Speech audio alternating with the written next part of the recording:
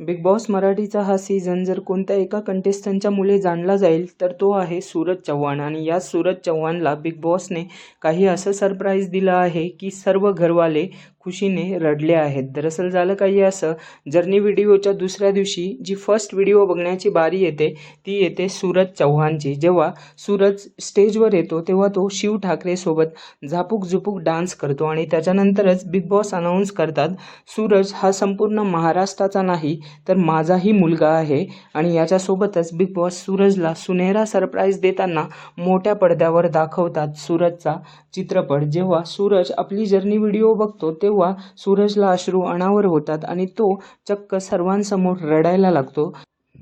तेवढंच नाही तर बिग बॉसच्या समोर हात जोडून त्यांना नतमस्तक होतो. वेल तर सूरज ठरला आहे या सीझनचा हिरो. आपल्याला काय म्हणायचं यावर आम्हाला कमेंट करून नक्की